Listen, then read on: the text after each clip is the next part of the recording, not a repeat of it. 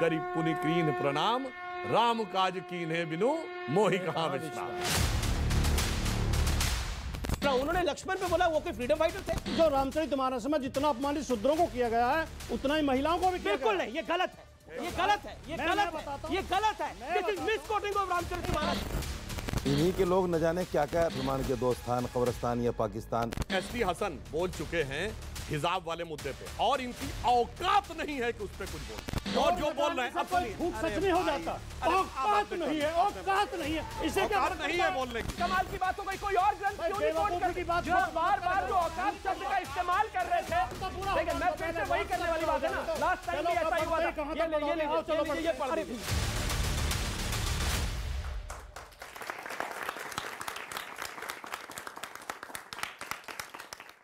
नमस्कार व्यूअर्स, मैं हूं अमीश देवगन और आप देख रहे हैं देश का सबसे लोकप्रिय कार्यक्रम आर पार, साल 2024 सनातन और सियासत, जिसमें एक तरफ सनातन पर सीरियल अटैक हो रहा है, लेकिन दूसरी तरफ सनातन वाले वोट बैंक को साधने की निरंतर चाल भी चली जा रही है। लेकिन इसी बीच प्रधानमंत्री मोदी ने एक बड़ा बयान दिया। पीएम मोदी ने विपक्ष पर तीखा हमला करते हुए कहा कि इनकी अर्थनीति, समाज नीति और राजनीति सब कुछ वोट बैंक के आधार पर चलती है।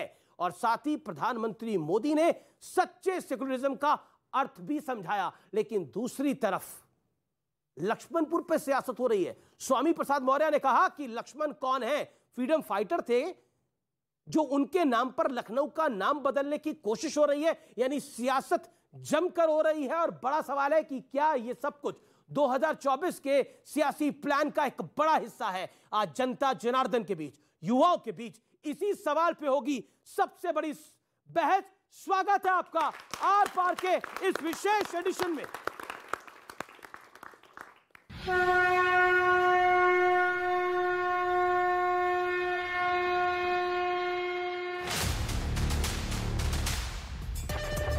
उन आक्रमणकारियों से लक्ष्मण जी का क्या नाता, कौन सी लड़ाई लड़ने आए थे?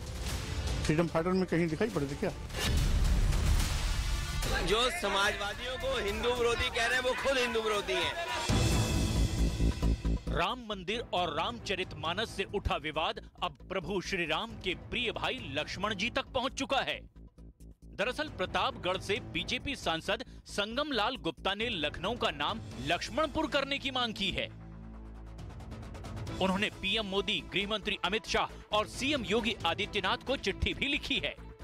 प्रभु श्री राम ने अपने अनुज लखन को लखनऊ की विरासत दिया था, तो मैं तो सरकार से भी ये मांग करूंगा कि लखनऊ का नाम परिवर्तित करके उसको लखनपुरी करें या लक्ष्मणपुरी करें। उन आक्रमणकारियों से लक्ष्मण जी का क्या नाता, कौन सी लड़ाई लड़ने आए थे? फ्रीडम फाइटर में कहीं दिखाई पड़े थे क्या? जो समाजवादियों को हिंदू विरोधी कह रहे हैं वो खुद हिंदू विरोधी हैं। सवाल ये है कि सेक्युलरिज्म का राग अलापने वाले आखिर सनातन पर इन दिनों हमलावर क्यों हैं? वैसे गुरुवार को प्रधानमंत्री मोदी ने राज्यसभा में सच्चे सेक्युलरिज्म का मतलब भी समझाया।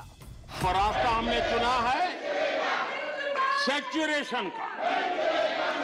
हर योजना के जो लाभार्थी हैं 100% लाभ कैसे पहुंचे, 100% लाभार्थियों को लाभ पहुंचे।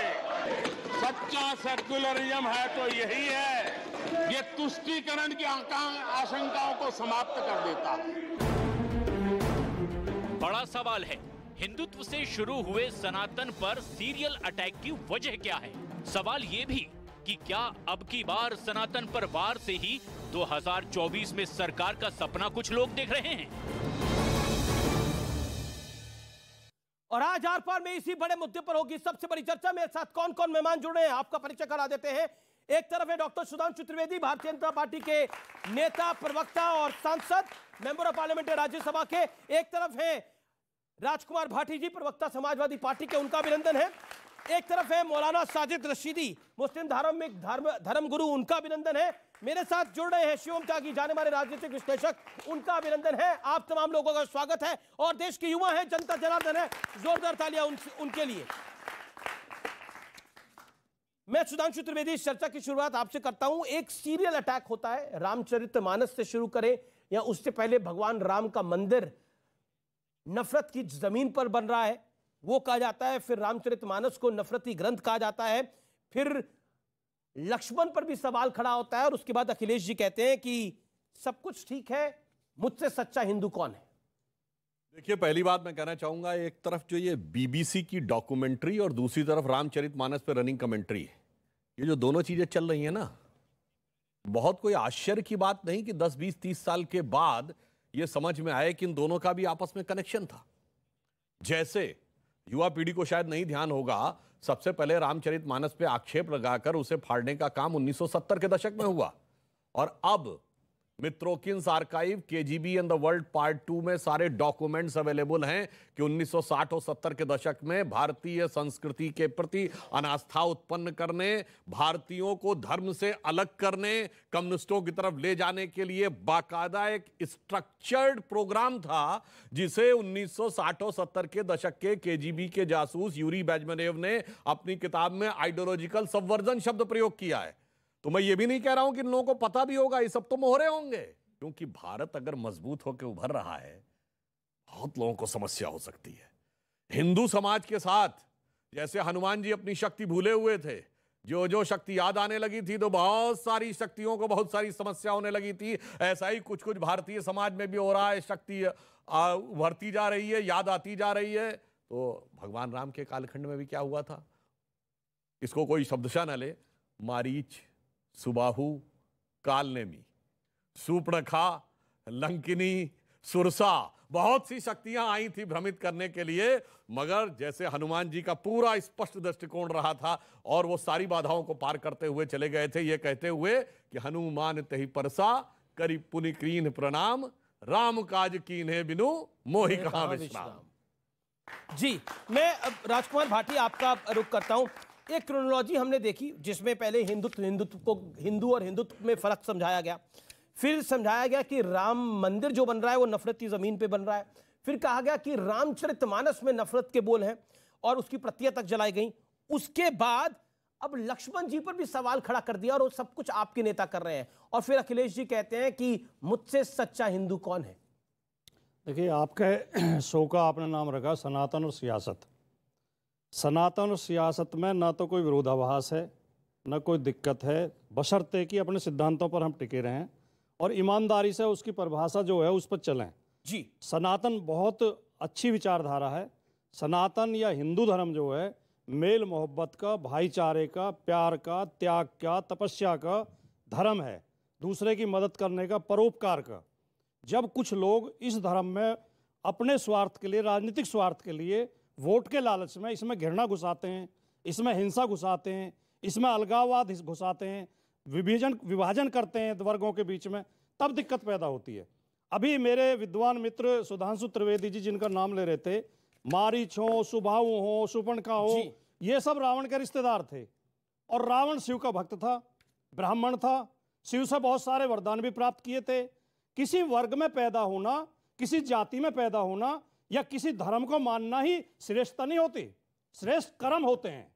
और जो उनसे लड़ रहे थे, हनुमान, बाली, सुग्रीव, अंगद, वो वनवासी थे, आदिवासी थे, जिन्हें आज पिछड़े कहते हैं, दलित कहते हैं, आदिवासी थे। तो ये इसका फिर तो पलड़ा हमारा ही भारी होता है जो हम बात कह रहे हैं।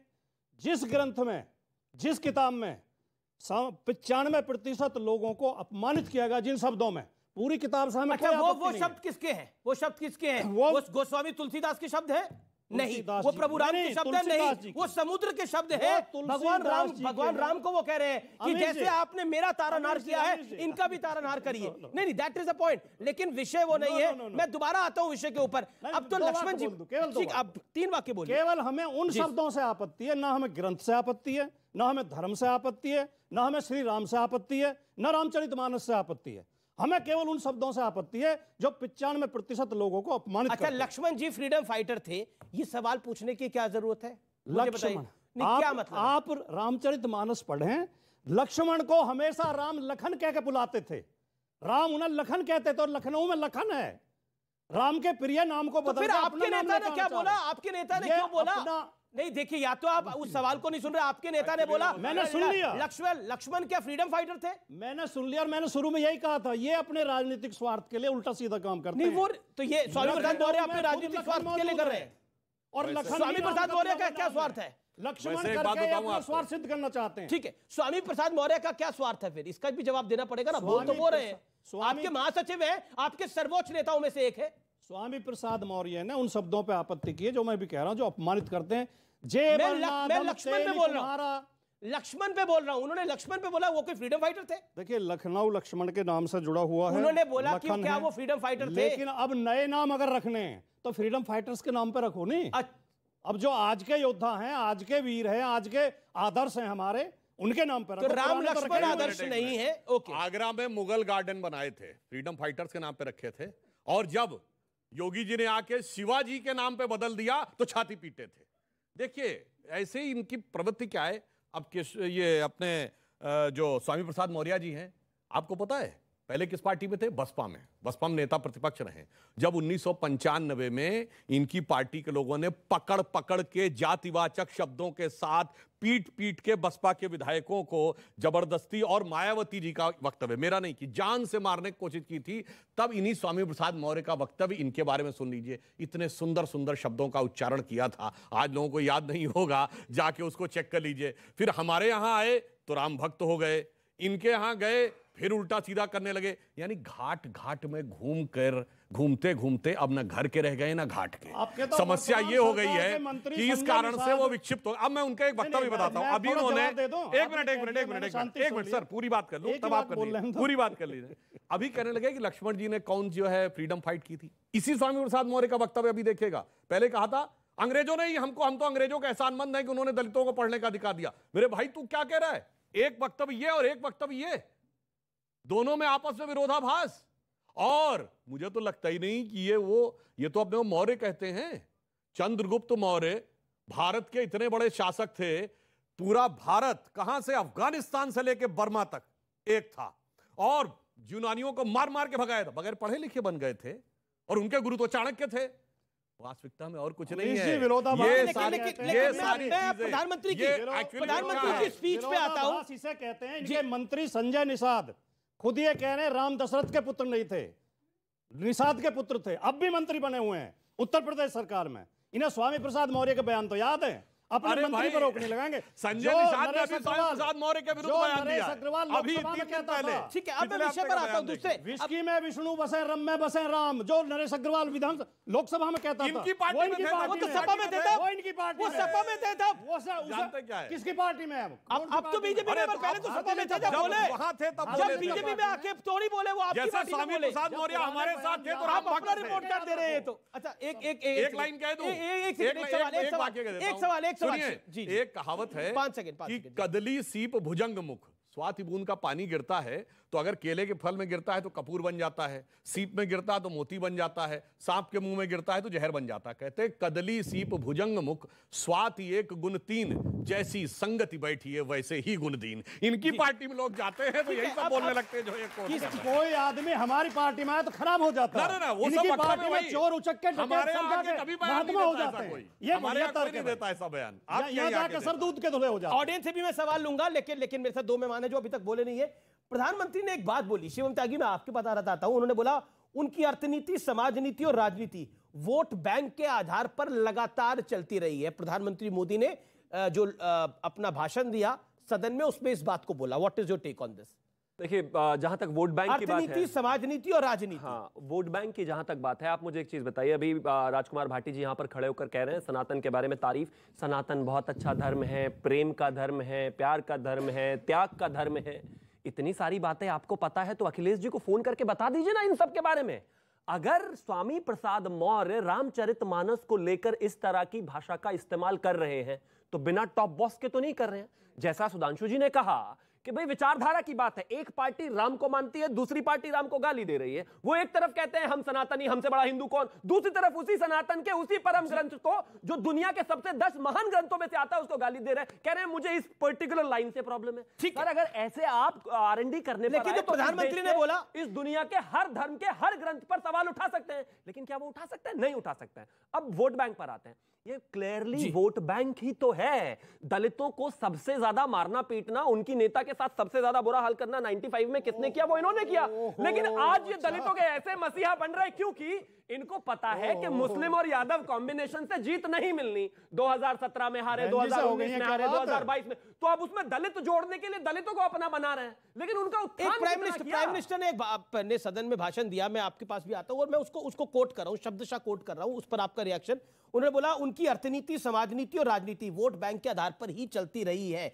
और उन्होंने यह भी बोला हमारी सरकार यह सुनिश्चित कर रही है कि विभिन्न सरकारी योजनाओं का लाभ सभी पात्र लाभार्थियों तक पहुंचे। यही सच्चा सेकुलरिज्म है, जिसके अंदर हिंदू भी हो, मुसलमान भी हो, सिख भी हो, ईसाई भी हो। यह सच्चा सेकुलरिज्म है। देखिए, सेकुलरिज्म पर तो योगी जी ने भी कहा था, क्योंकि ये देश हिंदू अक्सरियत है इसमें, इसलिए सेकुलरिज्म है। उस बयान को भी आप देख लीजिए। मैं सिर्फ नहीं, सोच है अपनी अपनी। मैं सिर्फ ये कहना चाहता हूँ, देखिए, सनातन या कोई भी धर्म कभी भी ना तो बुरा सिखाता है ना बुरा करने के लिए कहता है। ये जो बुराइयां हैं ये हमारे अंदर हैं, हम अपने स्वार्थ के लिए ऐसा करते हैं। एक आदमी खड़े होकर ये कहता है कि साहब तलवारें तेज रखो, उनकी पूजा करो। एक आदमी ये कहता है कि चाकू तेज रखो, गर्दन काटने के काम आएगा। एक संस्था के लोग जो इनसे जुड़े हुए लोग हैं वो बाकायदा फेसबुक पर कट्टे, राइफलें और सब बेचने की बात करते हैं। मैंने तो प्राइम मिनिस्टर को कोट किया। सुन लीजिए सर, मैं वही कह रहा हूँ। ये स्वार्थ की राजनीति जो है ना, मैं उसी पर बात कर रहा हूँ। इन्हीं के लोग न जाने क्या क्या, सलमान के दोस्तान, कब्रिस्तान या पाकिस्तान, इस पर इनकी नज़र बिल्कुल नहीं जाती। इसलिए नहीं जाती, जैसे अभी शिवम त्यागी ने कहा कि टॉप बॉस के अलावा कुछ नहीं हो सकता। यहाँ भी वही सिस्टम है, टॉप बॉस के अलावा कोई बीजेपी का नेता नहीं कर सकता। आप मोदी के नाम पर, बीजेपी के नाम पर कब तक मुसलमानों को डराने का काम करते रहेंगे? लगातार अभी तो कोई बात नहीं हुई, लेकिन आपने क्या है बीच में? नहीं, आप कब तक करते रहेंगे? आप मुझे बताइए, आप कब तक? आज भी प्रधानमंत्री बोहरा समाज के साथ है, मुस्लिम कम्युनिटी। मेरी तो सुन लीजिए, आज भी प्रधानमंत्री बोहरा समाज के साथ है। कांग्रेस के मरे हुए नेताओं को कब तक ढोते रहेंगे आप? हम तो इसलिए बात करते हैं कि वो सदैव उसी की बात करने लगते हैं। जब नाम बदलने की बात आई तो उन्होंने सिर्फ याद दिलाया कि देश में कितनी जगहों पे नाम एक परिवार के नाम पे हैं। 50 से ज्यादा जगहों के नाम बड़े बड़े शहरों में एक परिवार के नाम पे, केवल इसलिए ये बात कही थी। अन्यथा हमारी ईमानदारी क्या है कि हमने बगैर जाति, पंथ, मजहब देखे हुए सबको ईमानदारी से वो सारी सुविधाएं दी हैं। और अल्पसंख्यक समुदाय में 70% लोग हैं जिनको किसी न किसी एक गरीबों की योजना का लाभ जरूर मिला है। और प्रधानमंत्री जी ने कार्य समिति में भी कहा था, जाइए और उनसे बात भी करिए, ये सोचे बगैर कि वोट मिलेगा या नहीं मिलेगा। ये है हमारी महानता। और इनकी क्या है? अब एक बात अभी इन्होंने कहा था कि योगी जी ने ये कहा कि ये हिंदू मेजॉरिटी देश है, हिंदू अक्सरियत का देश है, इसलिए सेकुलर है। हाँ, क्यों कहा था? सुनिए, नहीं 56 देश मुस्लिम है, 4 बताइए सेकुलर हो, नाम बताइए। सारे सेकुलर हैं। पाकिस्तान सेकुलर है, बांग्लादेश सेकुलर है, बताइए नाम बताइए। और अभी आप लोग चेक करिए अपने मोबाइल पे, जिसने जिस देश का नाम बताया। कौन सेकुलर देश है बताइए ना? सब सेकुलर आपने बोला, नाम बताइए। सब इस्लामिक देश है, सब इस्लामिक देश है। They are not secular nation, they are Islamic nations. They are Islamic nation, they are not secular nation. अरे सुनिए, नहीं बताइए इस पर कोई सवाल पूछना चाहता तो आप खड़ा करें। और ये नहीं, मैं सारे दर्शकों से कहूंगा जो देख रहे हो, जो कहे अभी मौलाना साहब की पूरी पोल खुल जाएगी। सुनिए, अभी सुन तो लीजिए। एक भी इस्लामिक कंट्री सेकुलर नहीं है। आप जिस पाकिस्तान की बात करते हैं वहां 14% से 2% में हिंदू रह गया है। अमीश एक सेकंड, दुबई में बाकायदा जगह दी गई, मंदिर बनाया गया, क्या ये सेकुलरिज्म नहीं है? अच्छा सुनिए, देखिए, मैं इसलिए इन्होंने बहुत अच्छी बात याद दिलाई। अब सर बहुत अच्छी बात याद दिलाई। देखिए, हम लोग जब बच्चे थे, आप लोगों की उम्र के थे, तब बहुत कहा जाता था अगर राम मंदिर बन गया और बाबरी मस्जिद हट गई, गिर गई और राम मंदिर बन गया तो अरब देश तेल देना बंद कर देंगे, भारत के लाले पड़ जाएंगे। आज क्या हुआ? अरब देशों में 4 अरब देशों ने मोदी जी को अपना हाईएस्ट सिविलियन अवार्ड दिया है, यूनाइटेड अरब अमीरात ने ऑर्डर ऑफ जायद दिया है, और राम मंदिर भी बन रहा है और दुबई में भी मंदिर बन रहा है। यह होती है समझदारी और दृढ़ता, जिससे और दोस्त सौहार्द के साथ बन रहा है। ऐसी बात नहीं है, दुबई के लोगों ने भी सौहार्द से दिया है। इससे समझ में आता है ये जितना डराने की। एक मिनट देखिए, यही वो भ्रम है जो मैं कह रहा था, मारीच सुबाहु डराते रहते हैं ताकि हिंदू समाज को अपनी शक्ति का पता लगने पाए। सर सुन तो लीजिए। अच्छा ठीक है, बोल लीजिए। अगर अरब देश हमारे पीएम को, मोदी जी को अवार्ड दे रहे हैं तो क्या ये सेकुलरिज्म नहीं है? अरे मैं कह तो रहा हूं साहब, नहीं सेकुलरिज्म नहीं है। नहीं सेकुलरिज्म का इससे क्या लेना देना भाई? सेकुलरिज्म नहीं है। अरे भाई किसी को सिविलियन अवार्ड देने से सेकुलरिज्म का क्या लेना देना? करे तो सेकुलरिज्म, जबरदस्ती ये करे तो सेकुलरिज्म है। अरे भाई एक बात बताइए, आप अरब देशों की पैरवी ऐसे करें जैसे आप अरबी घोड़े पे खुद सवार हो, क्या है कर रहे हैं ना? आप अरब देशों की पैरवी क्यों कर रहे हैं यार? आप हिंदुस्तान की पैरवी करिए। मैं इसलिए पैरवी कर रहा हूं। अगर मंदिर बनाना सेकुलरिज्म है तो इस देश के अंदर तो मंदिर, मस्जिद, गिरजाघर इतने सारे हैं कि आप हाथों पे नहीं गिन सकते। इसीलिए आप एक गिनाकर सेकुलरिज्म दिखा रहे हो, यहाँ पे तो लाखों है। अमीश, इसीलिए देश सेकुलर है कि इसमें मंदिर भी है, मस्जिद भी है, गुरुद्वारा भी है। ये हिंदू की वजह से इसलिए है कि जहां हिंदू मेजॉरिटी में वही मंदिर गुरुद्वारा सब है। ये कहना कि हिंदू है इसलिए सेकुलर है, ये गलत है। अच्छा सीरिया में कितने मंदिर है? मैं जानना चाह रहा हूँ, सीरिया में कितने मंदिर है बताइए, कितने मंदिर है सीरिया के अंदर बताइए? मुझे बताइए, बताइए। अब पूरा हिसाब किताब करते हैं। 1 मिनट सुनिए। ईरान में कितने मंदिर है बता दीजिए, इराक में कितने मंदिर है बता दीजिए। बात कर लेते हैं ना पूरी की पूरी। बोलने तो दीजिए, बोलिए। आप बोलने नहीं देंगे? बोलिए बोलिए। देखिए मुझे इतनी खुशी हुई है अभी, तुर्की में जलजला आया, हिंदुस्तान सबसे पहला मदद करने वाला मुल्क है। अरे हम देते हैं, हमेशा मदद देते हैं। है कि नहीं? हमेशा है कि नहीं है? हमें बहुत खुशी हुई और सबको खुशी हुई। यही तो सेकुलरिज्म है। और सेकुलरिज्म किसको कहते हैं आप? ओके सुधांशु, कमाल की बात है। जी जी जी। देखिए जो आप कह रहे हैं, जानते क्यों है? हिंदू मुसलमान। अरे जनाब, अटल जी ने कहा है, आप अपने सरकार की सिद्धांतों को देखिए, नहीं यहाँ खड़े होकर हिंदू मुसलमान क्यों कर रहे हैं? आपकी सरकार क्या कर रही है? अच्छा ठीक है ठीक है, आपकी सरकार तो हिंदू मुसलमान कर रही है। हिंदू मुसलमान किया, हम तो सबको दे रहे हैं। आपकी सरकार तो ईमानदारी से दे रहे हैं। आप कर रहे हैं यहाँ खड़े होकर हिंदू मुसलमान। मत कीजिए। जो आपने कहा ना, जो हमने सबको मदद दी, मोदी जी को मना कर देते ना, क्यों दिया तुर्की को? अरे क्यों नहीं देना चाहिए था? अरे हम तो हर गरीब और मजलूम को देख रहे, मुसीबत में फंसा हुआ होगा। जबकि तुर्की ने क्या क्या बोला था हमारे खिलाफ, खड़े होकर उसके बावजूद हम हिंदू मुसलमान हम क्या कर रहे हो? तो आप कह रहे हैं ना। और एक और बात बता दूं, जो इन्होंने बात कही, चलिए सीरिया तो छोड़िए, इस देश में एक ही राज्य था ना जो मुस्लिम मेजॉरिटी हो गया था, कश्मीर। छोड़ दीजिए मंदिर कितने बचे हो, छोड़ दीजिए, ये बताइए सूफी दरगाहें कितनी बची? नाम लीजिए 4 का। बता देंगे, अभी क्या बात कर रहे हैं? सारी सूफी भारत की सबसे बड़ी, मैं बता रहा हूं, सारी सूफी दरगाहें आपकी वजह से आबाद हैं। सारे हिंदू जाते हैं 80%। अरे भाई अब सुनिए 80% हिंदू जाते हैं और यही सेकुलरिज्म है मेरे देश का। मेरे देश का यही सेकुलरिज्म है। अच्छा सुनिए, चलिए इस्लाम का एक मत है सूफीज्म।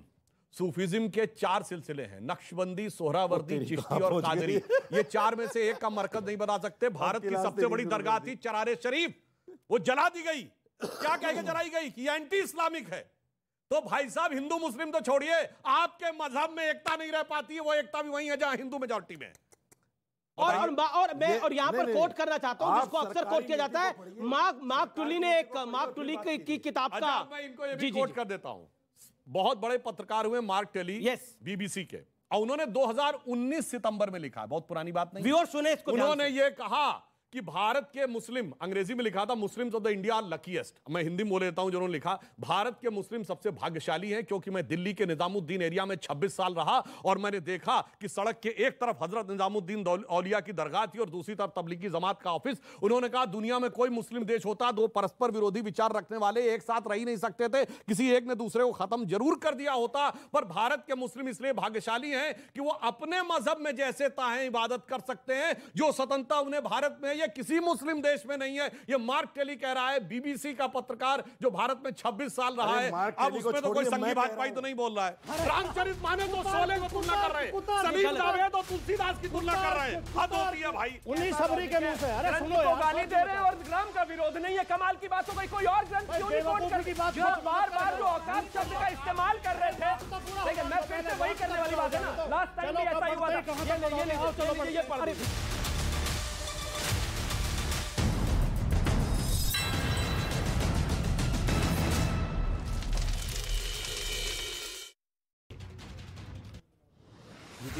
कानपुर में भीषण आग लगने से हड़कंप मच गया। कई दुकानें इसमें जलकर राख हो गई। लोगों ने वक्त रहते दमकल कर्मियों के ना पहुंचने पर आरोप लगाया है। उत्तर प्रदेश के बुलंदशहर में लड़के को सरेआम बेरहमी से पीटा गया है। वीडियो सोशल मीडिया पर वायरल होने के बाद पुलिस आरोपियों की तलाश में जुट गई है। दिल्ली के महरौली में अतिक्रमण पर बुलडोजर चलाने के खिलाफ प्रदर्शन हुआ है। लोगों ने विरोध जताते हुए कहा, मकानों का रजिस्ट्रेशन होने के बाद भी यहां कार्रवाई की जा रही है। आगरा में बेजुबान जानवरों के साथ मारपीट का वीडियो सामने आया है। रात के अंधेरे में कुछ लोग लाठी डंडों से जानवरों को पीटते दिखाई दिए हैं। पुलिस आरोपियों की तलाश कर रही है। बिहार के गोपालगंज में मोबाइल फोन के दुकान से सामान लेकर के चोर फरार हो गए। पूरी घटना वहां लगे सीसीटीवी कैमरे में रिकॉर्ड हो गई। बिहार के बेतिया में पिछले 2 दिनों में चाकूबाजी की 5 घटनाओं से इलाके में दहशत है। सुरक्षा गार्ड को बाइक सवार 2 लोगों ने चाकू मार दी। पुलिस अब घटना की जांच पड़ताल में जुटी है। बिहार के नवादा में सीमेंट व्यापारी की गोली मारकर हत्या कर दी गई है। पुलिस के मुताबिक पुरानी रंजिश के चलते इस घटना को अंजाम दिया गया है। पुलिस अब घटना की जांच कर रही है। दिल्ली के कीर्तिनगर इलाके में एक लड़का और लड़की का शव मिलने से हड़कंप मच गया है। जिम ट्रेनर का काम कर रहा था यह लड़का, जबकि लड़की कनाडा से काम कर पढ़ाई के लिए आई।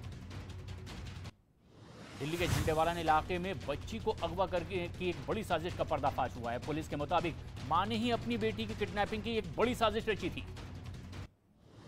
मुंबई में रेलवे पुलिस बल के एक सब इंस्पेक्टर की पीट कर हत्या कर दी गई। एक कांस्टेबल को हत्या के आरोप में गिरफ्तार भी किया गया है। मध्य प्रदेश के रतलाम में बेकाबू ट्रक ने मोटरसाइकिल सवार को कुचल दिया है। सीसीटीवी कैमरे में यह पूरा हादसा रिकॉर्ड हो गया है। महिला की इस हादसे में मौत हो गई। पंजाब के बठिंडा में चलती स्कूल वैन से बच्ची गिर गई। लापरवाही का वीडियो सीसीटीवी में रिकॉर्ड हुआ है। घटना में बच्ची को गंभीर चोटें आई है।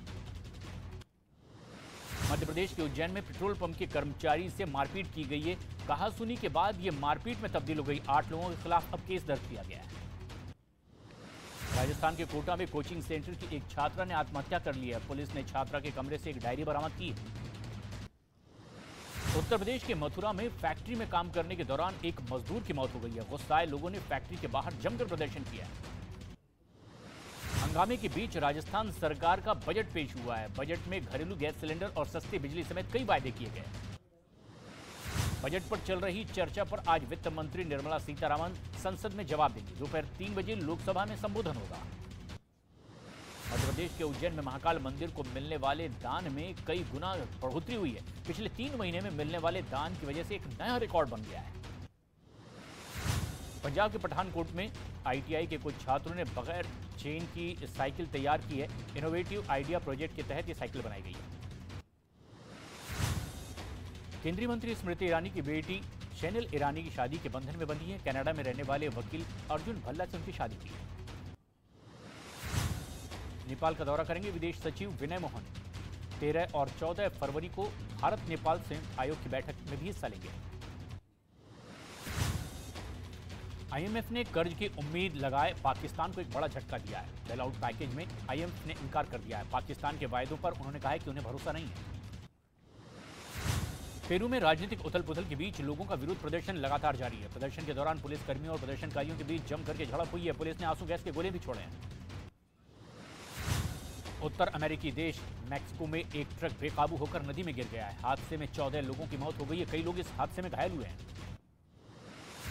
न्यूयॉर्क शहर के ब्रॉन्क्स में एक अपार्टमेंट में आग लगने की वजह से हड़कंप मच गया है। आग में आसपास की इमारतें भी चपेट में आ गई है। दमकल की कई गाड़ियों ने आग पर काबू पाया है।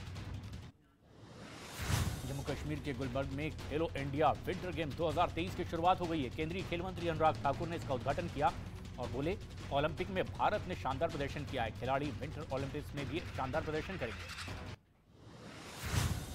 जम्मू कश्मीर के उधमपुर में सड़क पे एक खाई में बस गिर गई है। बस में 16 यात्री सवार थे जो घायल हो गए।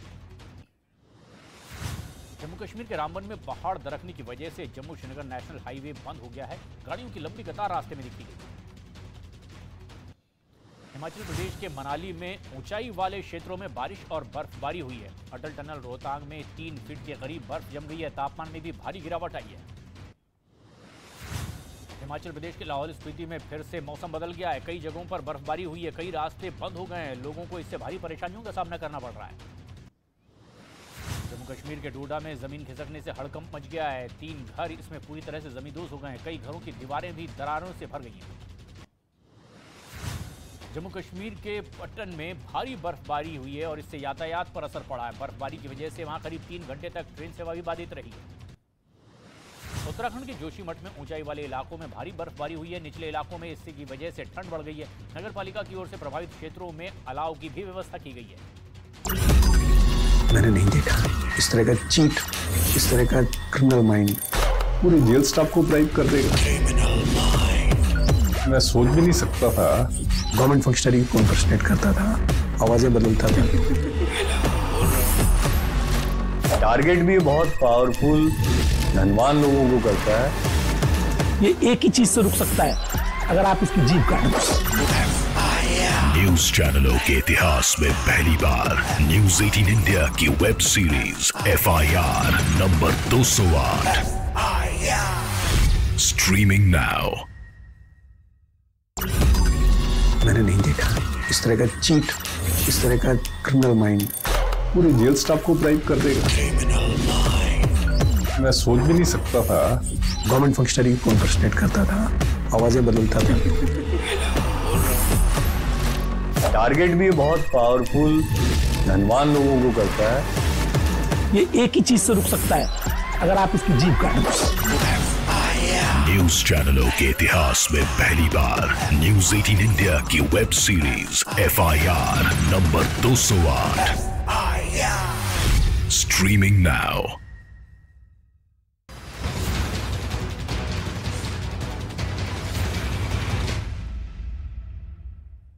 देश और दुनिया की तमाम बड़ी खबरों के लिए देखते हैं ताबड़तोड़ 50। लखनऊ में आज से Uttar Pradesh global investor summit की शुरुआत। प्रधानमंत्री नरेंद्र मोदी ने किया उद्घाटन। कहा सरकारी सोच से यूपी में आया सार्थक बदलाव। इस मौके पर रक्षा मंत्री राजनाथ सिंह और सीएम योगी भी रहे मौजूद। यूपी ग्लोबल इन्वेस्टर्स समिट में 40 देशों के 400 से ज्यादा उद्योगपति और प्रतिनिधि भी हुए शामिल। रिलायंस इंडस्ट्रीज के CMD मुकेश अंबानी ने कहा उत्तर प्रदेश बन रहा है उत्तम प्रदेश। इसरो ने आजादी सैटेलाइट 2.0 लॉन्च कर दिया है और सबसे छोटे रॉकेट की लॉन्चिंग आंध्र प्रदेश के श्रीहरिकोटा के सतीश धवन अंतरिक्ष केंद्र से हुई। महाराष्ट्र को प्रधानमंत्री मोदी 2 वंदे भारत एक्सप्रेस ट्रेनों की सौगात देंगे। मुंबई के ऐतिहासिक CSMT स्टेशन से इन दोनों ट्रेनों को हरी झंडी दिखाएंगे।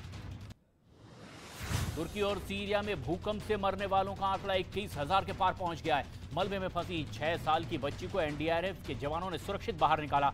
गृह मंत्री अमित शाह ने ट्वीट करके सराहना की। सीरिया में विनाशकारी भूकंप में अब मरने वालों का आंकड़ा बढ़ता चला जा रहा है। अब तक के 3,000 से ज्यादा लोगों की मौत हो गई है। घायलों की संख्या 5,000 से ज्यादा है। भारत की ओर से ऑपरेशन दोस्त के तहत तुर्की में मदद का अभियान लगातार जारी है। NDRF और भारतीय सेना की टीम लगातार लोगों तक मदद पहुंचा रही है। तुर्की में भूकंप के बाद बाढ़ से भी हालात बिगड़ते चले जा रहे हैं। स्केड्रन शहर में बाढ़ में पानी में सब कुछ डूबा नजर आ रहा है। तुर्की के हतै में राहत के काम में जुटे भारतीय सेना और NDRF के जवान मलबे में दबे लोगों को बाहर निकालते नजर आए हैं। जवान विदेश मंत्रालय की ओर से जारी किया गया वीडियो।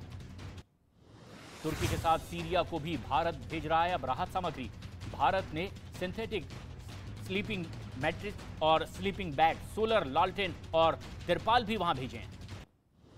जम्मू कश्मीर के सांबा में सुरक्षा बल ने तलाशी अभियान चलाया है। संदिग्ध इलाकों में गश्त करते जवान नजर आए। जम्मू कश्मीर के पुंछ में सुरक्षा बल को एक बड़ी कामयाबी मिली है। आतंकी ठिकानों से गोला बारूद और हथियार बरामद किया गया है। पंजाब के फिरोजपुर में BSF को बड़ी कामयाबी मिली है। ड्रोन के जरिए हथियारों और नशीले पदार्थों की तस्करी की कोशिश को नाकाम कर दिया गया है। 3 किलो हेरोइन, 3 चीनी पिस्तौल, कारतूस और मैगजीन भी बरामद की गई।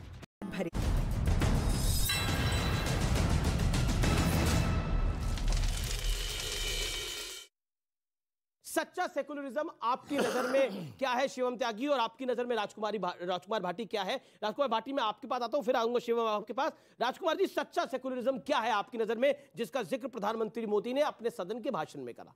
ये तो एक कठोर सत्य है। इतिहासकार पुराने जितने यात्री भारत में आए सबने भारत के गुणगान किया है। भारत एक महान देश है, एक अच्छा देश है। हमारी संस्कृति बहुत प्राचीन और बहुत मान रही है। हम विश्वगुरु रहे हैं, लेकिन ये उसी बिला पे तो था जिसको ये समाप्त करने पे लगे हुए हैं। ये जो रोजाना नए नए विवाद पैदा करते हैं, ये विवाद इस भारत में नहीं थे। अच्छा, रामचरितमानस का विवाद तो आपने खड़ा करा। लक्ष्मण जी पर विवाद आप लोग खड़ा कर रहे हैं, क्यों कर रहे हो आप खड़ा? वैसे पहले आप रोजगार की बात करो, नौकरी की बात करो, क्यों रामचरितमानस की बात कर रहे हो? मैं बता देता, वैसे पहले 400 साल पहले गोस्वामी तुलसीदास ने लिख दिया, वो 400 साल तक किसी को पता नहीं लगा, अब समाजवादी पार्टी के महासचिव को पता लगा। तो एक वाक्य में सवाल हमारे समझ में आ गया, वो जवाब सुन लो अब आप।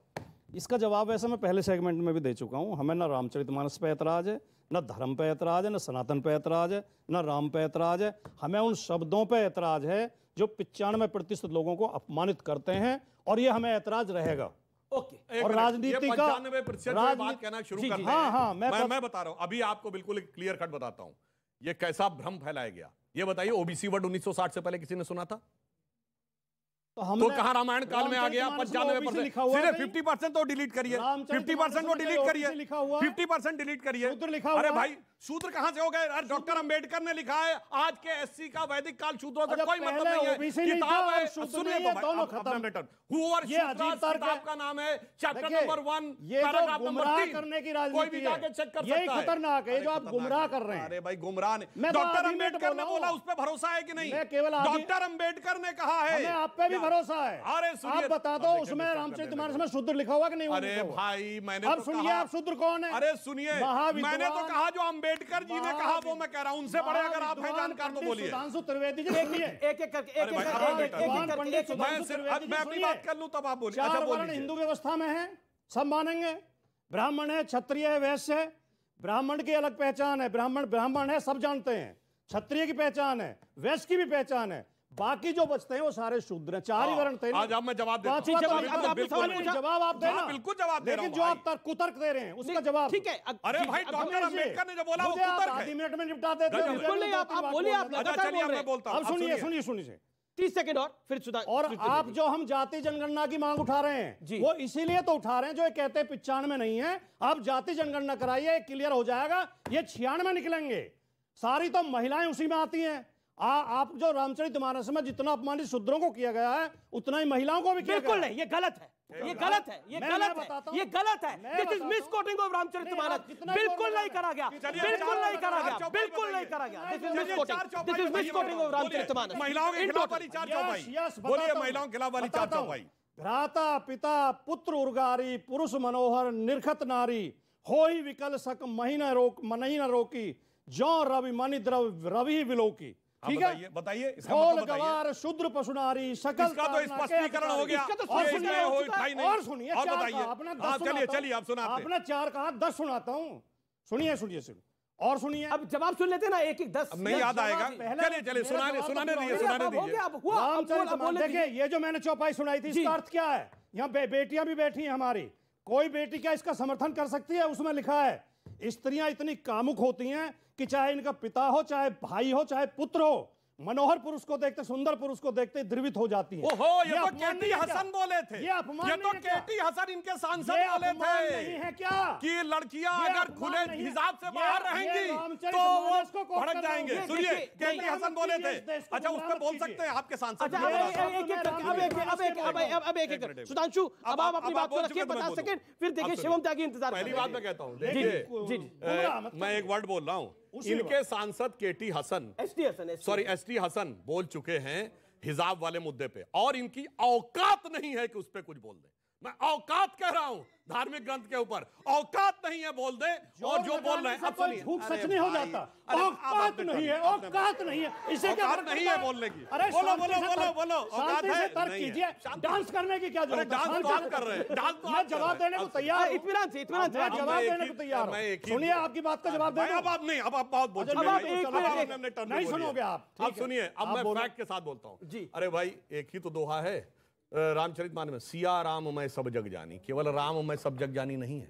और उन्होंने सीता जी क्या कहा? अजह अनादि शक्ति अविनाशी सदा शंभु अर्धांग निवासी। वो कोई सामान्य नहीं है, वो अनादि शक्ति है जो कभी पैदा नहीं हुई, ना कभी समाप्त होगी, ना अविनाशी है, और सदा शंकर जी के साथ रहती है। अरे भैया, इनसे पूछो। अच्छा, अगर मैं दावे के साथ कहता हूं, अभी चलिए उस पर बाद में आऊंगा, वरना फिर ये डिस्टर्ब करने लगेंगे। पहली बात, जो ये शूद्र बोलने लगते हैं, डॉक्टर अंबेडकर किताब मैंने कोट की, चलो उस पर भरोसा नहीं है। ये बताइए, अखिलेश जी तो भगवान कृष्ण के वंशज हैं और राजनीति के लिए शूद्र हो गए।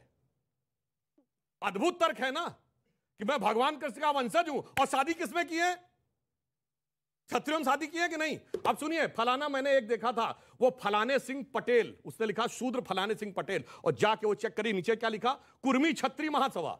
अरे भाई, एक फोटो में छत्री सूत्र दोनों जोड़ दिया। गजब की राजनीति है भाई। ठीक है, जब आपने को कहना होता है, अपने पक्ष में करना होता है, तो किसी भी प्रकार से ना अम्बेडकर जी को मानेंगे ना अपने को। मैं सिर्फ ये कहता हूँ, फिर ऑडियंस से सवाल ले रहा हूं मैं, और शिवम त्यागी वेट कर रहे हैं। अगर भगवान कृष्ण के वंशज है तो चंद्रवंशी हो गए, मगर राजनीति के लिए अपने को उसमें घुसेड़ के रखना है, हिंदू समाज को भरमा कर रखता है। 10 सेकंड देखिए, सुधार सवाल तैयार रखिए अपने। चुनौती दी थी कि 4 चौपाई सुना दो, मैंने 10 सुना दी, उसका एक का भी जवाब इन्होंने नहीं दिया।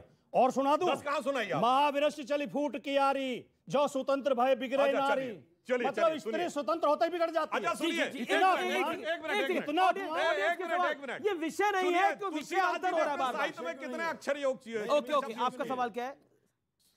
सर, मेरा सवाल है कि बात हुई थी लखनऊ का नाम लखनपुर रखने की। लखनपुर इसलिए बिकॉज श्री राम ने लक्ष्मण को वो भेंट किया था कि आप यहाँ पर राज कीजिए, और पहले मुगलों से पहले उसका नाम था लखनपुर, और मुगलों ने उसका नाम बदलकर लखनऊ किया गया था जी। तो वही नाम आज चला आ रहा है। तो क्या अगर हमारी मांग गलत है? अगर हम पहले के नाम को, इलाहाबाद का नाम अगर प्रयागराज रखा जा सकता है, तो लखनऊ का नाम लखनपुर नहीं रखा जा सकता? एक सवाल आया शिवम त्यागी, इसका जवाब ये एक लॉजिक के साथ एक सवाल पूछा जा रहा है, जिसमें कहा जा रहा है कि जब इलाहाबाद प्रयागराज हो सकता है तो लखनऊ क्यों नहीं लक्ष्मणपुर हो सकता? बिल्कुल हो सकता है, और मुझे लगता है होना ही चाहिए। मैं लगातार इस बात को कहते आया हूं कि अगर मेरी 5 जनरेशन पहले किसी ने मेरे घर पर कब्जा करके उसका नाम बदल दिया था, और आज हम लोकतांत्रिक इस देश में ओहो करना पहले ही शुरू कर दिया, अब मैं भी कहूं कि आप इतना उछल के और ये सुन तो लीजिए पहले, तो सुन लीजिए। अब देखिए, ये वोट बैंक पे लग रहा है ना, थोड़ा हर्ट कहीं और हो रहा है, आप समझ रहे हैं? तो अगर वो वापस लेकर मैं बदलना चाहता हूं लोकतांत्रिक तरीके से, तो ये कौन से रिश्तेदार है मुगलों के? ये कौन से औरंगजेब से इनका लेना देना, या समाजवादी का क्या लेना देना है मुगलों से? अगर वापस उसको स्थायित्व में लाया जा रहा है तो क्या दिक्कत है? और एक सवाल, काउंटर सवाल आपसे शिवम जी, फिर आपने तो नाम बदल दिया मुगल गार्डन का भी, तो बदलेंगे, क्यों नहीं बदले? हर चीज का बदला जाना चाहिए। मैं कहता तो हूं सरकार धीरे धीरे सबका नाम बदले, आवश्यकता है। आप एक चीज बताइए, गुलामी वाली मानसिकता की चीजों को नाम बदलने में क्या नुकसान है? और ये कहां से आता है? किसी का जी आपका सवाल बोलिए सवाल। सर, जिस प्रकार से बोला गया महिलाओं का सम्मान नहीं रामचरितमानस में, तो सबरी के बारे में आप क्या कहेंगे? मां शबरी के तो झूठे बेर राम ने खाए थे, और जो उन्होंने स्वामी प्रसाद मौर्य जी ने कहा लक्ष्मण जी कोई फ्रीडम फाइटर नहीं थे, अतिकाय और मेघनाथ को मारने वाला कौन था? फिर अतिकाय और मेघनाथ को मारने वाला राम जी ने खाए थे। राम जी को मर्यादा पुरुषोत्तम कहा जाता, हम भी मानते हैं, सारी दुनिया मानती है, केवल हिंदू नहीं सारी दुनिया मानती। राम का कोई विरोध नहीं है, लेकिन तुलसीदास जी ने उन्हीं सबरी के मुंह से, अरे सुनो यार, गाली दे रहे हैं और राम का विरोध नहीं है। कमाल की बात हो गई, कोई और ग्रंथ क्यों नहीं कोट कर? जो बार जो औकात शब्द का इस्तेमाल कर रहे थे, लेकिन मैं फिर से वही करने वाली बात है ना, लास्ट टाइम भी ऐसा ही हुआ था। ये पढ़ लीजिए, तो ये क्या तरीका है? ये क्या तरीका है? अच्छा, ये भैया पढ़े लिखे, मुक्तापूर्ण बातें मत। नहीं, अच्छा ठीक है, शब्दों की मर्यादा रखिए। अगर ये किसी के धर्म को, अपने धर्म को इस तरीके से गाली दे सकते हैं, यही बात है। बाकियों के धर्म पे कटाक्ष करने की हिम्मत नहीं है, क्योंकि वोट बैंक का मामला है। नहीं सुन सकते तो एक सबसे खतरनाक स्थिति है। ठीक है, आप अपनी बात राम का विरोध नहीं है। तुलसीदास जी ने उन्हीं सबरी के मुंह से कहलवाया है। कही, अरे सुनो तो सही, कही विधि स्तुति करो तुम्हारी, अधम जात में जड़मत भारी। विरोध इस बात का है, अधम जात कैसे है वो? जब सबरी इतनी बड़ी भक्त है, महाकाव्य भी अधम जात नीच जात कैसे है? और उसके आगे की चौपाई सुनिए जो इन्होंने बोला, लोकसभा में पीएम ने बोला, ये बोलती है ये इस चौपाई का भाई आगे समर्थन करते हुए विरोध का, और शब्दों की मर्यादा रखी जाए। बोल रहा हूँ, शब्दों की मर्यादा रखी जाए, किसी को औकात दिखाने वाली बात नहीं होनी चाहिए। सुनिए, शब्दों की मर्यादा सुनिए, तो आगे ये कौन बोल रहा है? शबरी। ठीक, अब राम जी क्या बोल रहे हैं? तुलसीदास बोल रहे हैं। भाई क्या बात कर रहे हैं? तुलसीदास के शब्द हैं, सबरी के नहीं है। वहाँ कोई सीसीटीवी कैमरा नहीं था, कोई रिकॉर्डिंग नहीं थी। क्या माल की हम अपने रामचरितमानस ग्रंथ के लिए क्या बोले जा रहे हैं? कोई कैरेक्टर बोलेगा, वो सारे के सारे वही होंगे डायलॉग उसके। सलीम जावेद ने लिखे थे, अमिताभ बच्चन के नहीं है। मतलब सलीम जावेद के डायलॉग हैं। मेरा निवेदन है, रामचरितमानस बड़ा पवित्र ग्रंथ है, उसकी कंपैरिजन किसी शोले फिल्म के डायलॉग से नहीं हो सकता। औकात पे बोलने की शोले फिल्म पे आ गए। रामचरितमानस तो शोले को तुलना कर रहे हैं, सलीम जावेद और तुलसीदास की तुलना कर रहे हैं। हद होती है भाई। रामचरित लिमिट मानस जाएंगे? किसने लिखी? अब अपने किसने लिखी? भाई आप कितनी देर बोलेंगे भाई भाई? कुत्ता चलिए जो आप चौपाई बोली उसके क्या तरीका भाई बहस करने का? एक सेकंड, जो इन्होंने चौपाई बोली उसके आगे की मैं बोलता हूं। रामचंद्र जी क्या कहते हैं? वो कहते हैं जात पात कुल धर्म बढ़ाई, धन बल परिजन गुण चतुराई, इन 10 चीजों से मैं नहीं मिलता। मैं कैसे मिलता हूं? भक्त से। वो कहते हैं भगत हीन नर मोहे ऐसे, जल बिन बारिद लागे जैसे। यानी फिर कह रहा हूं, जात पात कुल धर्म बढ़ाई, धन बल परिजन गुण चतुराई, ये सब हो, पर अगर भक्ति नहीं हो तो मेरे लिए ऐसा ऐसे बादल में पानी ना हो। अब मैं एक बात और कहता हूं जो बहुत बोल रहे हैं, दुनिया में जितनी भी सभ्यताएं हैं, देश हैं, धर्म और संस्कृतियां हैं, सबने ईश्वर की कल्पना की है। सिर्फ हिंदू संस्कृति ऐसी है जहां पर कि स्त्री तत्व को ईश्वर में स्थान दिया गया है। हमारे यहां विष्णु पुरुष हैं, देवी शक्ति हैं और अर्धनारीश्वर की कल्पना हमारे यहां की गई है। चुनौती से कहता हूं, एक सभ्यता बताइए जहां ईश्वर की परिकल्पना में स्त्री तत्व को स्थान दिया गया हो। सिर्फ और सिर्फ पुरुष है, बाकी जगह स्त्री का नहीं है। बोलिए औकात हो तो बोलिएगा।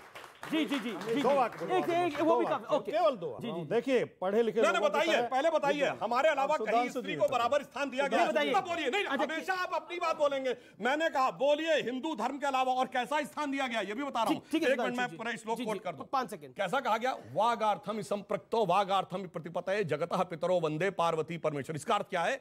स्त्री और पुरुष के दोनों तत्व ऐसे मिलते हैं जैसे शब्द और अर्थ।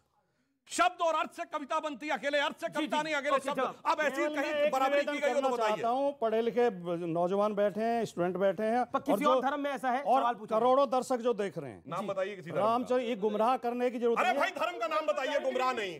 अब बोलिए ना। जी जी, आप कैप्चर करना चाह रहे हैं? नहीं कैप्चर नहीं, मैं अपनी बात कह रहूंगा। नहीं, हिंदू धर्म की बात है तो हिंदू धर्म नहीं, रात तक ये नहीं है। अभी थोड़ा टाइम बचा। नहीं, आपको रात तक नहीं रुकना पड़ेगा। किसी और धर्म में है ऐसा? तुलसीदास बहुत अच्छे कवि थे, उनकी रामचरितमानस बहुत अच्छा साहित्यिक ग्रंथ है, उनकी भाषा बहुत अच्छी थी, लेकिन वो जो शब्द हैं तो रामचरितमानस में सब तुलसीदास के हैं, किसी और के नहीं है। वो राम के, शबरी के, समुद्र के, काकभुसुंडी के, रावण के नहीं है, वो तुलसीदास जी के शब्द है। इस बात को समझने की जरूरत है। वो महाकाव्य है, लेकिन किसी और धर्म में है? किसी और धर्म में है ऐसा? नहीं, जो सवाल पूछा गया कोई और धर्म। अगर महाभारत में शिशुपाल कृष्ण जी को कहता है ए मूर्ख ग्वाला, तो वो वेदव्यास के हैं, वो वेदव्यास के शब्द हैं। गजब का तर्क है भाई। अरे भाई विलेन के भी डायलॉग होते हैं, कैरेक्टर रोल वाले के भी डायलॉग होते हैं, हीरो के भी डायलॉग होते हैं। सवाल क्या है मैं पूछ लेता हूं। मेरा सवाल सुधांशु त्रिवेदी जी से, जैसा कि मौलाना साहब को उन्होंने कहा कि आपके धर्म में तालमेल नहीं है, तो सनातन धर्म जो कि आपका धर्म है, हमारा धर्म है, उसमें कौन सा तालमेल है? लोग जाति के नाम पे लड़ते मरते रहते हैं। आज भी मिर्जापुर में SC कास्ट के लोगों के खिलाफ अहंकारी प्रदर्शन हुआ है, उनके खिलाफ जान से मारने की धमकी दी गई है SC कास्ट को। वो कह रहे हैं कि ये जो व्यवस्था है ये तो सनातन धर्म में भी है। और मैं 2024 में सियासत और सनातन को इसलिए लेके आ रहा हूं क्योंकि कहीं ना कहीं दिख रहा है कि इसका एक पॉलिटिकल माइलेज मिल सकता है साल 2024 के अंदर जो चुनाव आ रहे हैं। देखिए बहुत सही प्रश्न किया है, जिसका जिक्र प्रधानमंत्री और जो लोग अपने भाषण में भी करा। जो लोग आजकल ये बातें करते हैं वो लोग कहते हैं कि 6500 जातियां हैं हिंदू समाज में। ठीक, आखिरी कास्ट सेंसस हुआ 1931 में, अंग्रेजों के जमाने में 4114 जातियां। मैंने विनम्रता से कहता हूं एक हिंदू धर्म ग्रंथ दिखा दो जिसमें इन 6500 का नाम लिखा हो, तो कहां से आई है? ये सिर्फ ब्रिटिश सेंसस में लिखा है 1861 और 1901 में British census commissioner Herbert Risley के सेंसस में लिखा हुआ है जातियों के नाम। और अगर 6000 होंगी तो अल्फाबेटिकल ऑर्डर में लिखना चाहिए, ABCD। आपने उसका क्रम कैसे तय कर दिया? मैं विनम्रता से कहना चाहता हूं, चलिए वर्ण की तो बात छोड़िए, ये बताइए तेली ऊंचे की माली ऊंचे कौन से हिंदू धर्म ग्रंथ में लिखा है?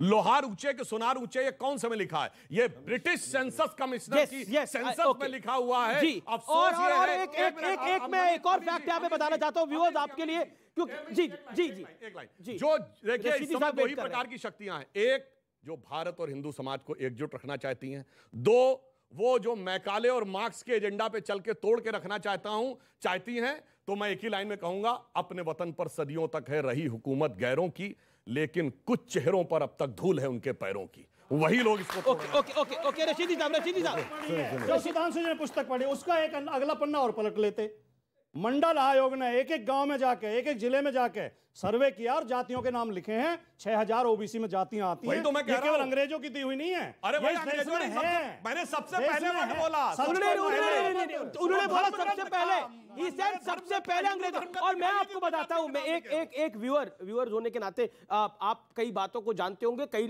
चीजों को आपने पढ़ा भी हुआ होगा, लेकिन ये विषय नहीं है हमारा। लेकिन फिर भी इस विषय पर क्योंकि चर्चा हो, इसलिए संवाद करना जरूरी हो जाता है। अंग्रेजों ने जब इस देश में राज किया तो उन्होंने इस देश की ताकत पर हमला करा, इस देश के समाज पे हमला करा, इस देश में बताने का प्रयास किया, यानी दिमागी रूप से, शारीरिक रूप से भारत को कमजोर करा, जिसके अंदर कहा गया कि ब्राह्मण आपके खिलाफ है, क्षत्रिय आपके खिलाफ है, राजपूत आपके खिलाफ है। आपको गरीबी और गुर्बत का इतना एहसास कराया कि आपका सेल्फ रिस्पेक्ट टोटली वैनिश हो जाए, यानी टोटली समाप्त हो जाए। और उसके बाद उन्होंने मानसिक रूप से आपको गुलाम बनाया। गुलामी ताकत से अंग्रेजों ने नहीं ली थी भारत की, मानसिक रूप से गुलाम बना के भारत को गुलाम बनाया था। इसलिए मैं कहता हूं ये जो मानसिक गुलामी है, इससे निजात पाना है। अगर कहते हैं ना मन के हारे हार है, मन के जीते जीत, अगर आप मन से नहीं हारेंगे तो कोई आपको हरा नहीं सकता, अगर आप मन से नहीं जीतेंगे तो कोई आपको जिता नहीं सकता। It is as simple as that. ये हर हिंदुस्तानी को गांठ बांध लेनी चाहिए बात। और अब मैं एक सेकेंड, अब मैं आपके पास आ रहा हूं रशीदी साहब, क्योंकि ये पॉलिटिकल चर्चा है, साल 2024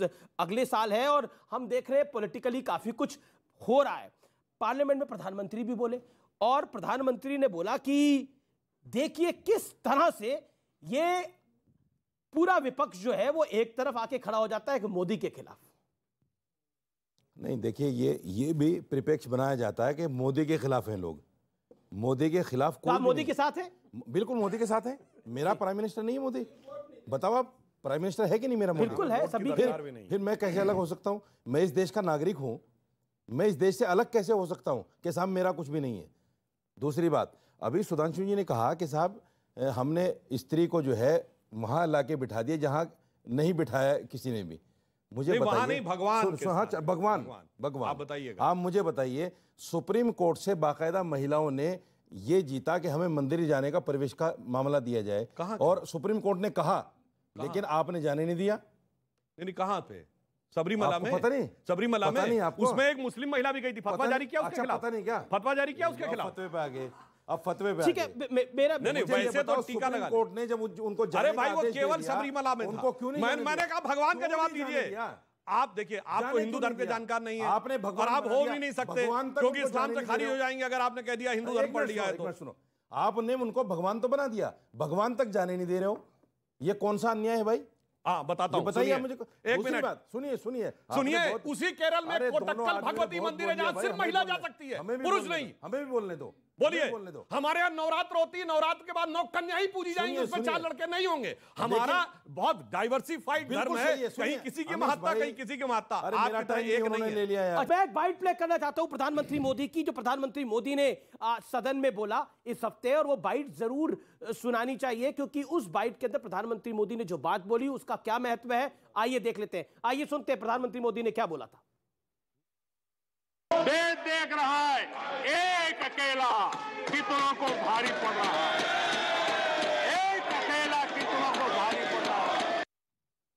तो प्रधानमंत्री मोदी ने बोला कि ये देश देख रहा है कि एक अकेला कितनों पे भारी पड़ रहा है। सुधांशु त्रिवेदी, आप थे राज्यसभा में जब प्रधानमंत्री ये बात बोल रहे थे, क्या हुआ था? देखिए, आज की राजनीति की स्थिति हो गई है कि एक दौर में कांग्रेस वर्सेस रेस्ट होता था, आज बीजेपी वर्सेस रेस्ट। मैं राज्यसभा में स्वयं था। जिस प्रकार का अशोभनीय आचरण विपक्ष का, कंटिन्यूअस चिल्लाते चले जा रहे हैं। राष्ट्रपति के अभिभाषण पे एक गरिमा होती कि उसे डिस्कशन पूरा होने, प्रधानमंत्री बोलते हैं तो वो सम्मान होता, वो सब छोड़ दीजिए। दिख रहा था Modi versus rest, but the entire country has seen that it is for rest to accept that Modi is the best. और जो उन्होंने कहा कि एक तरफ अकेले मोदी, दूसरी तरफ सब थे, तो मैं याद दिलाना चाहता हूं वो पंक्ति, यह मत कहो कि मोदी जी के लिए कह रहा हूं, यह मत कहो कि जग में कर सकता क्या अकेला, लाखों में काम करता एक सूरमा अकेला, आकाश में करोड़ों तारे हैं टिमटिमाते पर जग प्रकाश करता एक चंद्रमा अकेला। लेकिन क्या आपको लगता है जो हाउस में हुआ और पूरा विपक्ष एक तरफ था, प्रधानमंत्री 1.5 घंटा बोले, 1.5 घंटे में से 15 मिनट विपक्ष शांत नहीं हुआ? मनमोहन सिंह भी बोलते थे 10 मिनट शोर मचा के विपक्ष बैठ जाता था, डॉक्टर मनमोहन सिंह की बात को फिर सुना जाता था, या तो सदन स्थगित हो जाता था। लेकिन यहां तो क्या आपको लगता है बीजेपी कह रही है हद पार कर दी विपक्ष ने इस बार? देखिए, मैं तो गांव से आता हूं, हमारे गांव में एक कहावत है, आपने सुना होगा, बाय की बीमारी होती है जो बुजुर्गों को हो जाती है, घुटने में दर्द, उसका इलाज नहीं होता। तो गांव में कहावत है कि बाय का और बेशरम आदमी का कोई इलाज नहीं है। तो जब जिस बात का जवाब मांग रहे थे, जो सवाल था, 2.5 घंटे बोले मोदी जी, 1 घंटे लोकसभा में बोले 1.5 घंटा राज्यसभा में बोले, लेकिन उसका जवाब नहीं दिया। अडानी स्कैम पे एक शब्द नहीं बोले। तो अकेला तो भारी है ही, वो तो पुरानी कहावत है, एक चुप 100 को हराता है। लेकिन उन्होंने बोला कि जवाब ही नहीं दे रहे, उनके हाथ सवाल का जवाब ही नहीं दे रहे। सुधांशु जी बता दें, जो आदमी 609वें नंबर पे था 2014 में, आज 2023 में 30वें नंबर पे कैसे पहुंच गया दुनिया में? उन्होंने बोला मेरे हाथ में गुलाल था। क्या खेल है? उन्होंने बोला जितना कीचड़ फैलाओगे कमल खिलेगा। बच्चे भी बैठे, इन्होंने ये भी कल को कमाल है। कहा, जरा वो फॉर्मूला नाम दे दो। बताइए, सुनिए, उस संस्था का नाम बताइए जिसने आर्टिकल लिखा और उसका मालिक कौन है, बताइए। हमें इस बात से क्या मतलब है? हमें इस बात से क्या मतलब? हमें हिंडनबर्ग है, वो हिंडनबर्ग का कौन है वो? नहीं, उससे देखिए, सुनिए, ये तो घुमाने वाली बात है। आप ये जवाब दीजिए कि 609वें नंबर से 30वें नंबर पे कैसे पहुंचा? क्या फार्मूला है? क्या बिना मोदी जी की मदद के पहुंच गया? 2013 में, से बताओ, सुनिए, 2013 में 8वें नंबर पे थे, $8.2 बिलियन की संपत्ति 2013। और ये हिंडनबर्ग की बात कर रहे हैं। हिंडनबर्ग को अमेरिकी कोर्ट ने इंडिक्ट कर दिया है। उनको कोई रिपोर्ट किसी अमेरिकन कंपनी के बारे में निकालने पे रोक लगा दी। क्यों? वो शॉर्ट टर्म सेलिंग करते हैं। वो बताता हूं क्या होता है। एक शेयर मार्केट में फंडा ये होता है कि 100 रुपए का शेयर है और मैंने कहा मैं 1 हफ्ते बाद खरीदूंगा और आज का दाम देना पड़ेगा। तो अगर 1 हफ्ते बाद 80 का हो गया तो कंपनी को घाटा, 120 का हो गया तो कंपनी को फायदा। अब सुनिए, जांच कराने में क्या दिक्कत है? जब आप साफ पर जेपीसी का एक मिनट, चलिए मैं पूरी बात सुनिए, मैं पूरी बात कह रहा हूं। इनकम टैक्स सही करा दो, किसी से तो कराओ। 1 मिनट, मैं पूरी बात कह रहा हूं। दुनिया में एक उदाहरण बताएं जब किसी मीडिया की एक रिपोर्ट पे जांच हुई और जबकि वो मीडिया संस्थान खुद जांच के घेरे में आ गया। मीडिया की रिपोर्ट पर सरकार गिर गई थी राजीव गांधी की बोफोर्स में। और बोफोर्स क्या मामला था? बोफोर्स में खुद के उन वित्त मंत्री ने सवाल उठाए थे। वीपी सिंह ने सवाल उठाए थे। बेशर्मों का कोई इलाज नहीं है। एक मिनट भाई, जिसको सुनिए भाटी जी, आप मुझसे वरिष्ठ हैं राजनीति में, सीनियर हैं, ठीक है। बोफोर्स कैसे हुआ था? ना भैया, किसने कहा बाहर की मीडिया रिपोर्ट? भारत की सरकार के वित्त मंत्रालय ने एक एजेंसी हायर की थी, फेयरफैक्स। अरे भाई क्या बात है, प्लीज अपने टाइम पे बोलिए भाई। आखिरी दौर है, एक मिनट नहीं, इंडियन एक्सप्रेस नहीं। भारत की सरकार के वित्त मंत्रालय ने उस समय शेयर मार्केट में हुए कुछ घपलों को लेकर, आरोपों को लेकर एक एजेंसी हायर की थी, फेयरफैक्स। उसने ये घोटाला निकाला था और इनकी सरकार के वित्त मंत्री विश्वनाथ प्रताप सिंह ने इन्हीं के प्रधानमंत्री पर आरोप लगाया था कि पैसा उन्होंने लिया, कहां विदेश आ गया, और उन्हीं के रहमो करम पे पहली बार नेता मान के मुलायम सिंह जी मुख्यमंत्री बने थे। इतनी जल्दी आप कैसे भूल जाते हैं भाई ये पुरानी बातें? अब देखिए, अब ये तो एक स्कैम की बात है, लेकिन एक दूसरे स्कैम का भी आरोप बीजेपी पे लग रहा है। एक सेकंड, ये एक और स्कैम का आरोप आप पे लग रहा है, एक और स्कैम का आप पे आरोप लग रहा है। एक तो ये जो मामला ये, और दूसरा ये अशोक गहलोत के साथ भी आप लोगों ने कोई स्कैम कर दिया है क्या? ये क्या हुआ है? मैं तो गलत डेटा नहीं पढ़ सकता बहरहाल कि उन्होंने जैसे 8-9 मिनट तक पढ़ दिया, लेकिन इतनी रियलिटी है जो बार बार भाटी जी इस बात को कहे जा रहे हैं अडानी को लेकर। और मैं आज ही की रिपोर्ट पढ़ूंगा उन पर किस तरह की कैसे उनको बिजनेस मिले। अखिलेश जी के समय में 35,000 करोड़ का इन्वेस्टमेंट उत्तर प्रदेश में खुद अखिलेश जी लेकर आए थे इन्वेस्टर समिट में, 35,000 करोड़। ममता जी के स्टेट में 25,000 करोड़ में वो एक पोर्ट बना रहे हैं जहां पर डेवलपमेंट चल रही है, उसे छोड़ दीजिए। यूडीएफ की सरकार में 710 करोड़ रुपए का पोर्ट उनको ऑलरेडी दिया गया है। इसके अलावा राजस्थान में एक प्रोजेक्ट 50,000 करोड़ का चल रहा है, एक 65,000 करोड़ का चल रहा है। पैसा लेते वक्त इनको अडानी बुरा नहीं लगता अपने राज्यों में, जब सरकारों में आते हैं बराबर में खड़े होकर मैं 5 लाख नौकरियां दूंगा, मैं 10 लाख दूंगा। लेकिन आज जब एक बाहर की कंपनी जिसकी खुद की क्रेडिबिलिटी घेरे में है, अगर उस पर बात आ गई तो वो मोदी जी के करीब हो गए।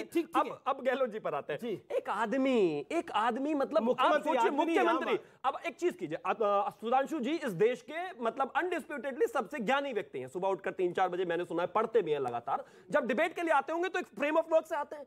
इनके मुख्यमंत्री देखिए कि वो बजट पढ़ने चले गए। मुख्यमंत्री नहीं है उनके वो सब एक ही है। अब अगर मोदी वर्सेस रेस्ट है तो सारे एक ही जगह आ गए ना।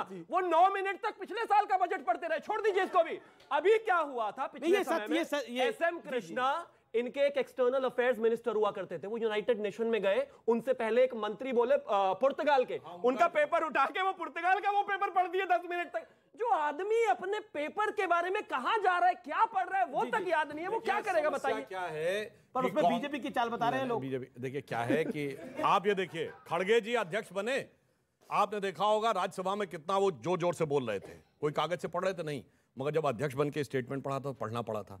कांग्रेस में समस्या यह है कि लिखा हुआ पढ़ना पड़ता है, ये मजबूरी है, तो पढ़ते पढ़ते इतने कागज हो गए होते हैं कि याद ही नहीं आता है कि आज वाला है कैसे हो सकता है। बजट बजट बजट बजट पे कैसे हो सकता है। एक मुख्यमंत्री बजट पढ़ता है और बजट देखिए जो राजस्थान विधानसभा में जो राजस्थान विधानसभा में हुआ वो बहुत गंभीर मसला है। ये अशोक गहलोत जैसे बुढ़े लोग, इनके दिमाग सो चुके हैं, इन्हें कांग्रेस को हटाना चाहिए और सचिन पायलट जैसे ऊर्जावान लोगों को आगे लाना चाहिए। ये आपका कहना है। बहुत बहुत ओके फाइन, लास्ट वर्ड। देखिए विषय को किस तरह से घुमा फिरा के कहां से राजस्थान तक पहुंच आप तो कहीं नहीं घूमे, आप तो यहीं थे। नहीं, मेरे पास तो आए नहीं आप। जी। मेरे पास तो आप आए ही नहीं आज जी। आज तो लोग व्यूअर भी ये देख रहे होंगे कि भाई ये आदमी आ क्यों गया है डिबेट में जब इसका नंबर ही नहीं आ रहा है। मैं तो सिर्फ ये कहना चाह रहा हूँ मैं तो सिर्फ ये कहना चाह रहा हूँ कि देखिए जब सरकार की नीयत और नीति सही हो जाएगी ना तो सारा देश बिल्कुल सही हो जाएगा। आज नौजवानों को ये कहने पर मजबूर होना पड़ा है कि मुगलों ने लखनऊ का नाम बदल दिया। लखनऊ में कौन सा इस्लामी नाम है भाई, कौन सा मुसलमान नाम है? ये सब बेकार की बात है। तमाम लोगों का बहुत बहुत शुक्रिया। इस चर्चा में आप लोग आए, आप लोगों ने भाग लिया, आपका बहुत बहुत शुक्रिया। फिलहाल इस चर्चा को यही समाप्त करते हैं। नमस्कार। न्यूज़ 18 इंडिया की web series FIR number 208 streaming now.